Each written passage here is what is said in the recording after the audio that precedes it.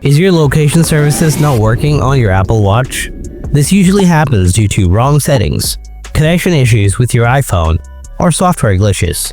Don't worry, in this video, I'll show you how to solve the location services not working issue on your Apple Watch.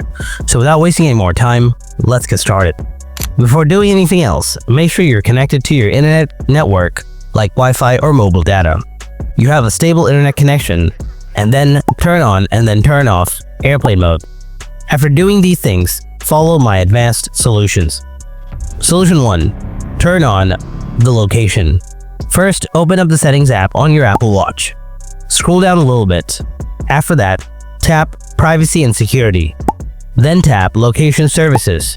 Now toggle on the location services here. Solution 2. Enable Map Settings. Grab your iPhone. Open the Watch app. Scroll down to the Maps.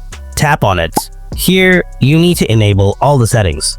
Hope it is solved. If you found this video helpful, then don't forget to hit that like button and subscribe to my channel. And if you have any kind of questions, then drop them in the comment section below. Thanks for watching. Goodbye.